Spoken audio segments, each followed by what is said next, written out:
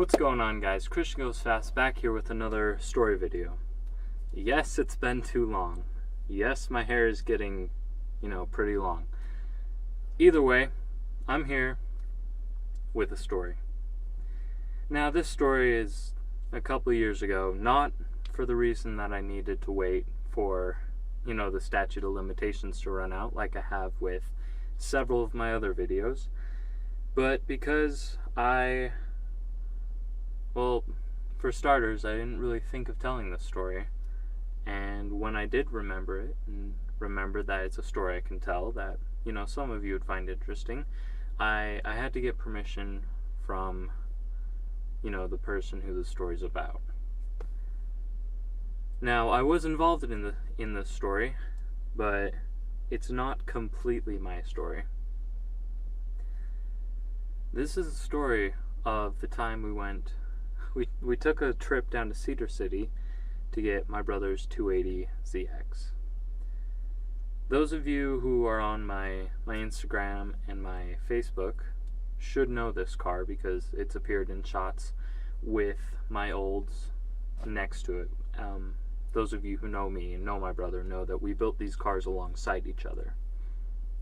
It was a lot of fun, and we both, like every Saturday, this was when we worked together, but every Saturday when we didn't have work, we'd both be out in the driveway, working on our cars, and someone would call over, hey, come give me a hand with this, and the other would run over and, help them out. But we're not going to be talking about working on them. We're going to be talking about getting the 280. For starters, the car was located in Cedar City, which is 3 hours away normally, not pulling a trailer with a early 90s truck. So we got up, it was about 7 in the morning, and we got all packed up, we got everything, we got fire extinguisher, we got tools, we got straps, we got, everything we could think of, just in case, preparing for the worst case scenario. And because my next younger brother was staying down in Springville over the night at a friend's house, I want to say we decided, but we didn't really decide. It was decided, there we go, it was decided that we would pick him up and he would just come on this adventure with us. Which, was all great and stuff, because he's a good person. We liked hanging out with him. It was a lot of fun. So we get down there, we pick him up, and, we're heading to get back on the freeway. And all of a sudden, I look down and I just see smoke billowing out from under the dash. So I'm freaking out like, oh crap, we're not even like, we're half an hour away from our house at this point. We're not even like, even close to where we're supposed to be, and there's already problems. So we're freaking out. Then we realized my brother kicked over the fire extinguisher. The pin, which locked the handle in place, fell out, and it fell onto the handle, which then sprayed the fire extinguishing dust everywhere. So we weren't actually seeing smoke billowing out from under the dash. It was fire extinguishing dust coming from the back seat up under our feet and up into the truck. So as soon as we realized that, we just started laughing about it, because just trying to ease the tension, like, oh crap, something already went wrong, to, okay, something did go wrong, but it's nothing major. So, we open the windows, we try and get as much of the dust out as we can before we inhale it, because it's not good for you. And with that being said and done, we start getting on our way, and we just jump on the freeway. Now, mind you, this was in the summer. Heading into southern Utah, it gets pretty hot. To make matters worse, the truck didn't have AC. So we're sitting there in the blind heat, just, sweating. We're dying. And it's on the freeway, so, we have the windows up because It's loud with the windows down, and every once in a while we roll the windows down, cool the truck back off a little bit, roll them back up.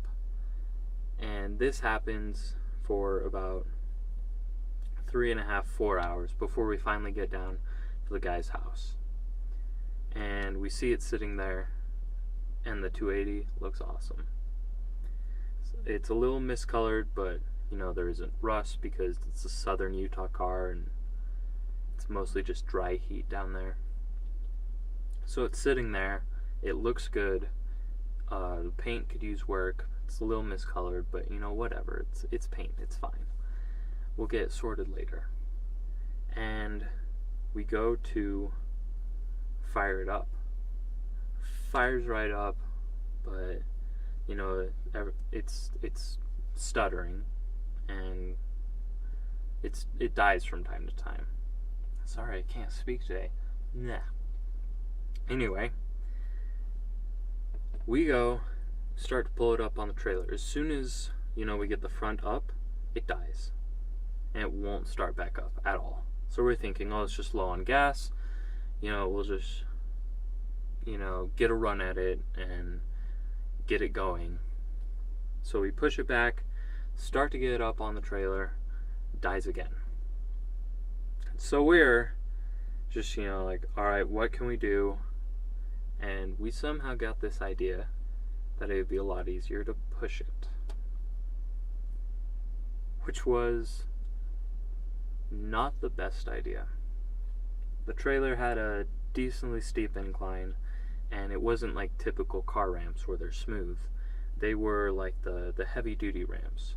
So they were 2 slabs of steel with angle iron positioned, and it's like trying to push a car up a flight of steps. So we're struggling and just pushing, trying to get it up on and everything.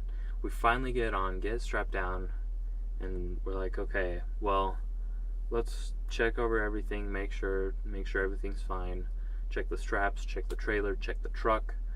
And while checking the truck, my older brother David notices that one of the tires on the back is really chewed up, like unsafe to drive on. Like it should have, if it was chewed up that much when we left, it should have blown out by now. And so we're like, well, we can't drive 4+ hours home on this. So we're like, okay, let's run to town. There's a Walmart there. We can hurry and just have them switch out the tires real fast. So we do that.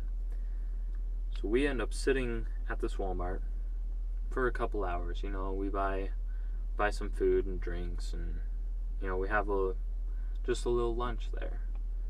And we have family that lives down in Cedar City. And after we had like our lunch and stuff, and we're thinking, okay, they should be finishing up, we go out to the trailer, and there's this lady parked in front of it, like right in front of the tongue of the trailer. And we're just like, why would you do that? Like, there's a trailer here. It's not like someone's gonna just leave it here for a while. Why are you parked right there? But anyway, she comes out, she gets in her car and leaves, and it's me and my younger brother, and we're just sitting at the trailer waiting, so that when my brother gets the truck out of the shop, he can just bring it over, we hook it up, and we're off on our way.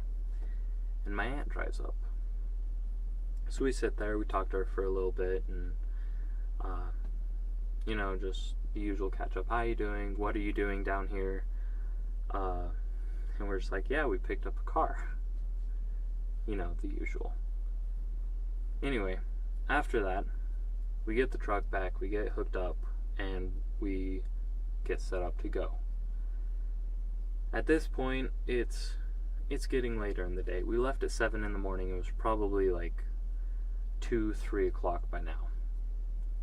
So we're on our way back, and truck is still warm on the inside. The engine was doing fine. Like, mechanically, the truck was doing great, but there was next to nothing comfort-wise.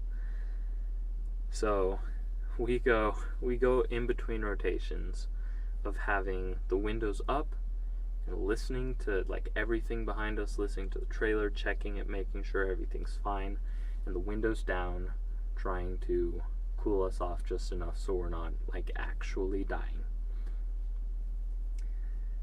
And this goes on for a while. You know, we start to get home, and we somehow had this genius idea to drive up through like the center of town down State Street with a car on the trailer, you know, because everyone loves seeing project cars on the back of trailers. We're just like, let's show off a little bit. Yeah, bad idea. At this point, it had taken us probably about 4 to 5 hours to drive home, and we're driving through the center of the next town over. And unknown to us, that day there was a football game going on. Like, talk about timing. You want to talk bad timing, that is it. We're in an old 90s truck with a trailer and a 280 on the back in the middle of football traffic. Stop and go for miles and miles and miles. We did most of the freeway driving, and it was fine. But as soon as we got off, we spent more time sitting than we did actually moving, which, as you can bet, was awesome in a truck with no AC. We did get to have the windows down because it wasn't so loud because we weren't going anywhere, but that's about it. Anyway, after that, after we got free of the traffic, everything else just kind of went really well. And we got home, got off the trailer, started looking into it. But then we found out that it wasn't actually low on gas. The fuel filter was getting clogged up because instead of no gas in the tank, there was gas and a lot of rust in the tank, which clogged the fuel filter, clogged the fuel lines, and made it a giant mess. But, you know, that's for another time. I want to thank you all so much for watching, and if you enjoyed this video, please give a like and comment, subscribe, and it really helps out. Also, my brother who bought the 280 and did all the driving, his Instagram will be down in the description below if you'd like to go follow him and stuff. I know he would really appreciate it, as well as I. If you want to find me on other places, I'm on Facebook as Crystian Goes Fast official YouTube, and Instagram as Crystian_goes_fast. Thank you. Have a great day.